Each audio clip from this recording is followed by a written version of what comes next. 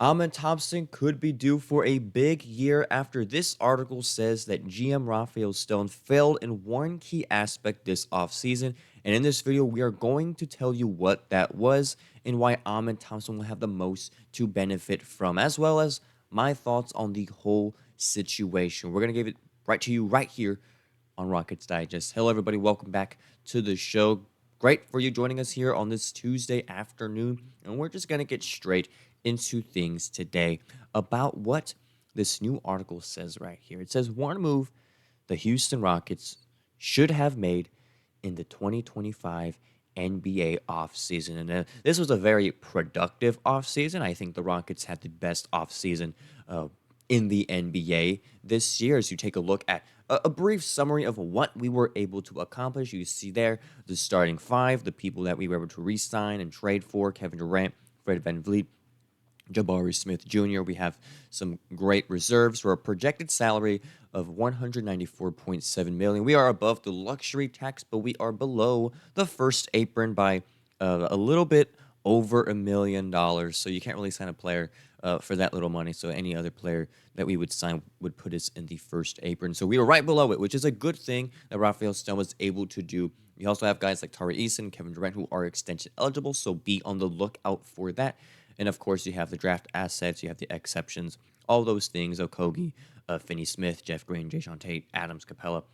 Great offseason for the Houston Rockets. But this new article says that there was one area that they did not succeed. And this has been something that's been mentioned before, but to put it in this perspective is something that I think is worth giving light to. And that is this right here. It's about not having a point guard that could elevate this team to the next level. And that is not a disrespect on Fred VanVleet. He's still on the roster, and he's a great player. We're glad to have him, but it says here that his best years are behind him. The 31-year-old accepted a pay cut this offseason and is better suited for a backup role, playing 15 to 20 minutes per game as a change-of-pace veteran presence. Asking him to lead a 50-win team deep into the postseason would be, quote, unrealistic. And I can debate that for a while. I understand where he's coming from. Fred VanVleet isn't necessarily, Magic Johnson. Like, he's not going to be that guy necessarily, but I do think he adds more value than what this paragraph is saying about him. And I think he was a key reason why we were so good last year. His veteran leadership was very instrumental. And it listed players that we should have gone out in free agency and gotten to kind of fulfill that point guard position, either as the backup or as the primary point guard, just another point guard to help facilitate this offense. And it mentions guys like Malcolm Brogdon, Monte Morris, Tyus Jones, Malik Beasley, guys like DeLon Wright and Dennis Schroeder have made this list of players that the Rockets could have gotten. Because right now, the Rockets are in a bit of a weird position at the point guard position right now. I mean, they currently have Fred VanVleet, who they're invested in. They wanted to bring back. They just want to do it on a more team-friendly deal to, be able to sign all these other guys that we were able to get in the offseason. And so Fred VanVleet, good, solid player. But after him, that's where it gets a little murky, and all of these conversations start to happen, right? You have Reed Sheppard, who you drafted third overall, and Rafael Stone has gone out and said he just has to be good. Like, plain and simple, he's just going to have to be a good ball player for us.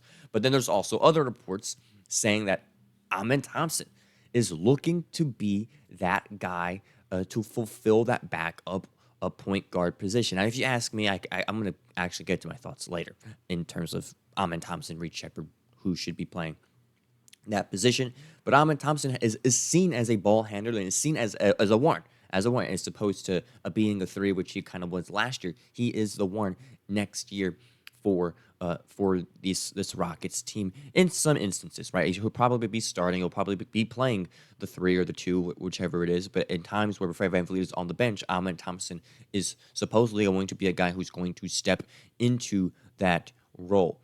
Now, this article is also a proponent of that, Amen Thompson being that guy, and how we should invest in Amen Thompson to be that backup point guard. The number 4 overall pick in the 2023 NBA draft has all the raw tools to become the team's franchise point guard. At 6'7", Thompson is a special athlete, explosive, disruptive on defense, gifted with rare vision. He's a two-way force in theory, the type of big, switchable playmaker that playoff teams dream about. And he's absolutely correct, right? Amen Thompson has shown that he can be that guy and is capable of so many things on the court. And Thompson showed precisely why the Rockets were so high on him. He zoomed past defenders in the open court, threaded impossible passes to cutters, and guarded multiple positions with intensity. But those flashes came with growing pains. His jumper remains shaky, his half-court processing can be rushed. He often plays with the engine of a Ferrari, but the steering of a go-kart. Which, okay, I will say that is a somewhat fair assessment about Amen Thompson and company and his play, right? And so when I look at it from this perspective, he's a proponent of Amen Thompson because he didn't get out, because he didn't go out and get Malcolm Brogdon, because he didn't go out and get Ellis or Dennis Schroeder or whoever other players who were out there who are solid players. Ultimately, it just was not in the cards for us. I'm sure Rafael Stone thought about it, was like, I think we'll be okay getting these other guys instead. And that is what happened. And so, but you are kind of left with a murky point guard position after Fred VanVleet, which again, Amen Thompson sets up. My whole thing with this entire situation is we've seen NBA teams do this before, and some have found success, but others kind of try it, they experiment with it, and then eventually what happens is they back off, and that player that they try to put in a different position kind of falls back into what they were before. And I am curious and a little shaky to kind of put Amen Thompson in that position. The first reason is because it takes time to really develop those things. I think the first example of a team that kind of did that, I'm trying to get a guy kind of to play a different position just because they needed it, was the Spurs a couple years ago. They tried putting Jeremy Sohan in a point guard position. That didn't really work out. He's not really a point guard. I don't know if they still have him there or not. But like teams try to do that, and sometimes it just doesn't work. Now, I'm not saying Amen Thompson is like Jeremy Sohan. I'm not saying one's better than the other, although I think Amen Thompson is better than the other overall.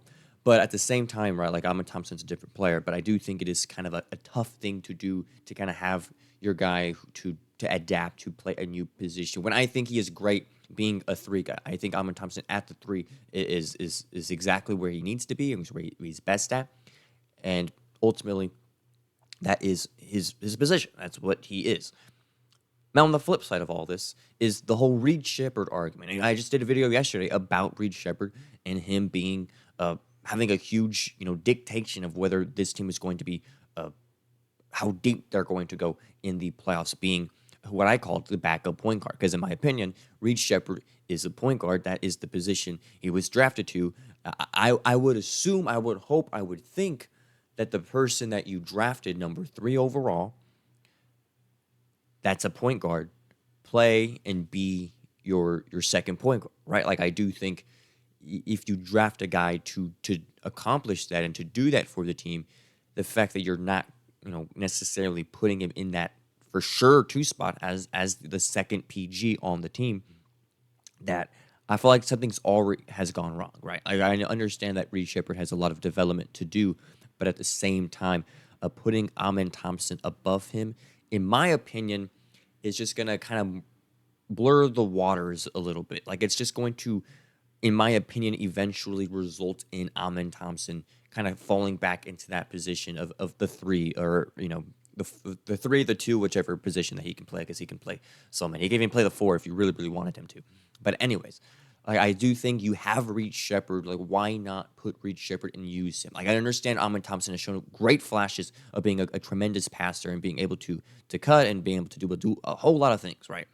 But at the same time, I do think there is some caution to be had in doing that and making sure that his growth as a player at his regular position is not, taking any drawbacks or anything when you have your guy in Reed Sheppard. Now, I'm not opposed to Amen Thompson being the 3rd PG or the guy after Reed Sheppard or what have you, right? Like, it's all very flexible. I understand injuries happen throughout the year, but at the same time, right, like I feel like if you are going to draft Reed Sheppard that high up, you were going to expect him to be that good. Rafael Stone has said it himself. He's just going to have to be good for us, and I do think that means being, the guy right behind Fred VanVleet. Like, I do think he is the guy more suited to do that because that's what his specialty is, right? Like he's a shooter who can pass, he can do a whole lot of things.